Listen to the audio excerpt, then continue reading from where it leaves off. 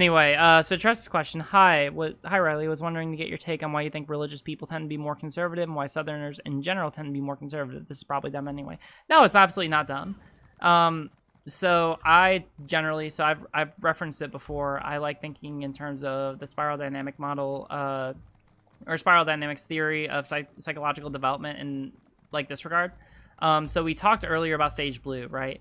That's an earlier developmental stage in the model that's usually marked by when people start, like when societies and people start developing in a specific appreciation and preference for society organized according to strict hierarchies, according to strict rules in order to achieve happiness. And when societies start trying to ascertain what they perceive to be a very specific truth or set of truths in life, right? And so when we are talking about religion, right, or especially societies which develop a really strong grounding in religion, this is usually the type of psychological development that we're talking about, right?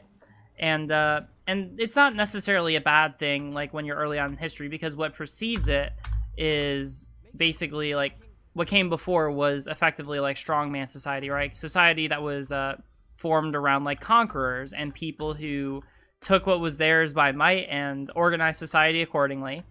People recognized eventually, and some people still need to today, because this is like, I'll get to that in a second. But eventually people sort of recognize the different societies at different points of time throughout history that like, hey, it's probably not the most stable thing to organize society around the whims of one person, right? Like, it's not the best way to ensure longevity. It's not the best way to ensure rule of law. Like, it's just not the greatest.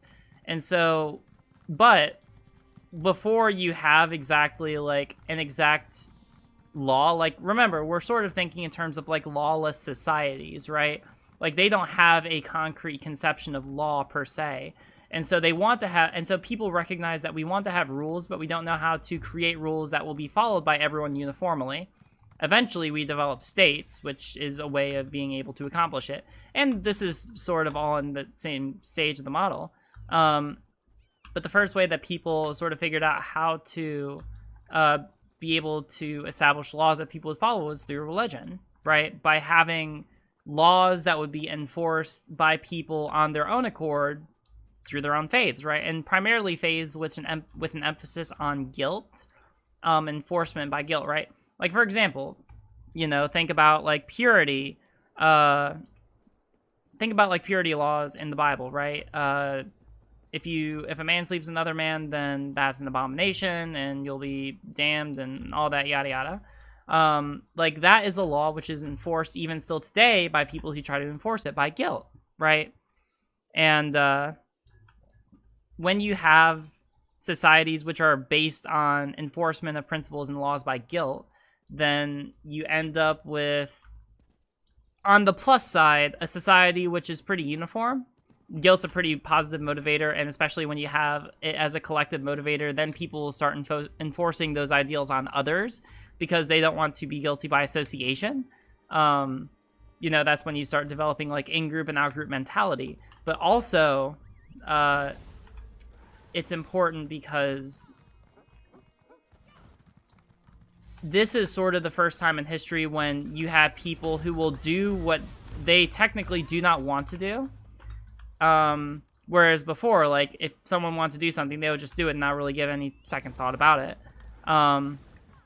And this is a mentality that has persisted throughout a lot of human history, right? Like, it still exists in a decent percentage, like, throughout a lot of America, right? I can't focus right now because I can't focus in game right now because I'm trying to focus on what I'm saying. But unfortunately, and there are certain like mentalities that come after this, right? Like, eventually, after people start recognizing the limitations of religion, then they start entering into like a more self-focused mentality. This is in the model called like Stage Orange, and usually this is when you see the rise of like capitalist societies, right? Then after that, you see people start to realize that actually money can't buy happiness, and capitalist societies tend to take advantage of the average worker and tends to commodify everything. So we probably want to move away from that. That's when you see the rise of leftism and so on and so forth. But it takes a lot for someone to move out of that mentality, because it requires people to challenge the validity of the faith that they belong to, right? Like, it requires people to challenge the very idea that their belief system is completely and wholly just, and that's really hard to do. So tying it back into what you were talking about with people in the South, right? Like, when you live in the South, and anyone else who's lived in the South can verify this, I lived down in Tennessee for 5 years, and I was really close to a small Baptist community, which really hurt when I came out and I lost that connection. And people who are down there, like, a lot of people will begin to recognize the limitations of their faith and religion, especially in terms of like LGBT acceptance and like related ideas. But because they live in communities which self-enforce and self-regulate, it's extremely difficult for them to escape that mindset.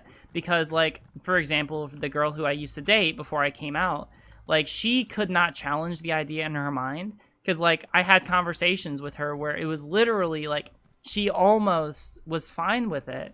Like, she personally was fine with the fact that I was trans, but like, her faith did not allow her the opportunity to be able to challenge that idea. And ultimately, she was like, well, I don't want to lose my family. I don't want to lose my friends. I don't want to lose all those people. And that's what kept her from taking the step to realizing that her faith, at least the way that she was practicing it, was fundamentally oppressive, right? Now, that's not saying that all faith is oppressive. There's lots of like very pro-LGBT, pro-individual rights churches that, you know, do a lot of really good work. I'm associated with one, but that's primarily why you especially see in the South a lot of people who not only are Christian but are conservative, right? Because they come from large enough congregations of people who share this mindset, and because they are in such concentrated, you know, groups of this mindset, they self-regulate and self-enforce that mindset very well. And it's very hard to realize the faults of that mindset unless you come from a background that requires you to. For example, if you're LGBT and born into those sorts of mindsets, then you have to, like, you're forced to come to grips with the fact that you live in an unjust system, because most people will recognize, wow, you know, like, if God is perfect and God created me and God created me to be gay, then God wouldn't create me to be someone that God would inherently hate, right? Like, that's just inherently contradictory. And that's something that people who are LGBT are able to access a lot easier.